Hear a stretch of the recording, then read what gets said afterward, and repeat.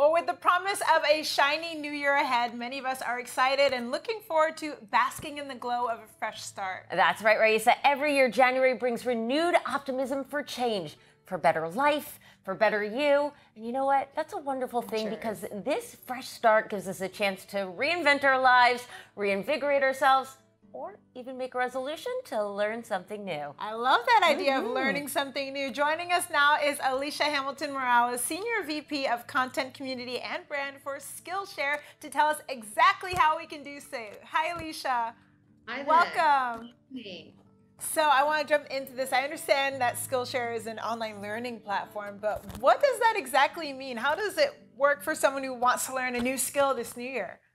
Absolutely. So we offer an annual membership. It gives you access to thousands of classes, all within the creative or creative adjacent topic area. We cater to absolute beginners all the way through to people looking to level up with collections of classes that can take you from A to Z. So can you speak to some of the variety of classes that you have? I mean, what are some of the more unusual ones or maybe some of the more popular ones? Yeah, so if the topic is creative, we have it. Some of our most popular are watercolor and graphic design and photography. And what we really love to see is when someone comes for one topic and then they find something completely unexpected. Some of our most popular, which also happen to be my favorites, are a self-care class with Jonathan Van Ness, which is absolutely perfect for the new year. We have a culinary class with Khalees. And an interior design class that's really popular with Emily Henderson. Wow.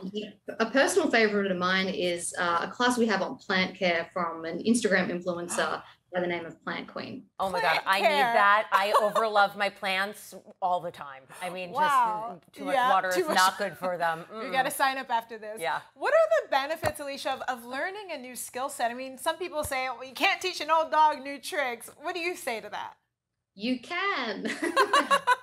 So we really think that creative learning in particular is a force for growth and positive change in people's life, but it also provides both health and wealth benefits. So there's such a great sense of fulfillment that you can get from learning something new and starting up a new hobby. But we also offer the tools and the tips to actually turn that hobby into an income stream. So we really believe that we sit on either end of that spectrum when it comes to the health and wealth that you can gain from creative learning.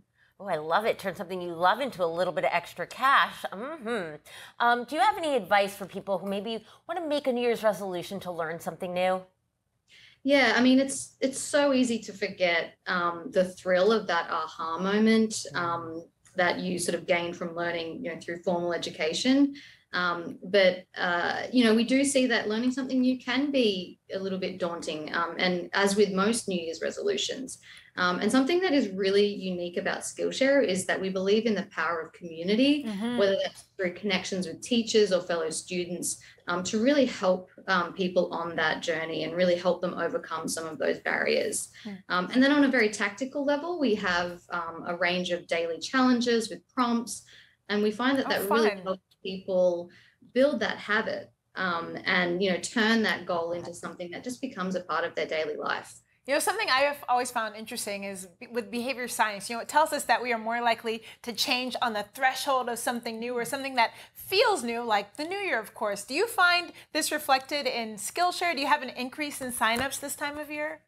Absolutely. Yeah. January is our biggest month when it comes to new members joining the community.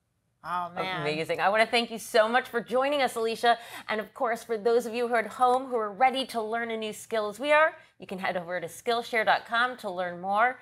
Thank you so much for being on with us today, Alicia. Thank you. It was a pleasure. Happy New Year.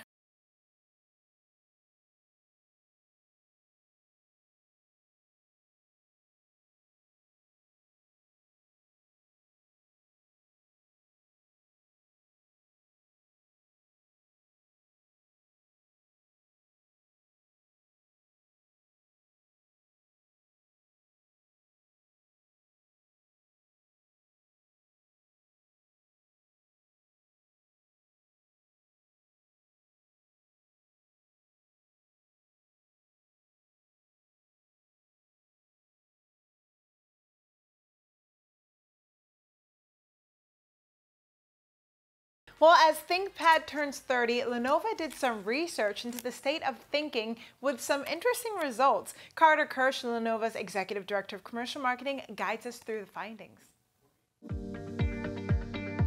As ThinkPad turned 30, we wanted to do some stuff to celebrate.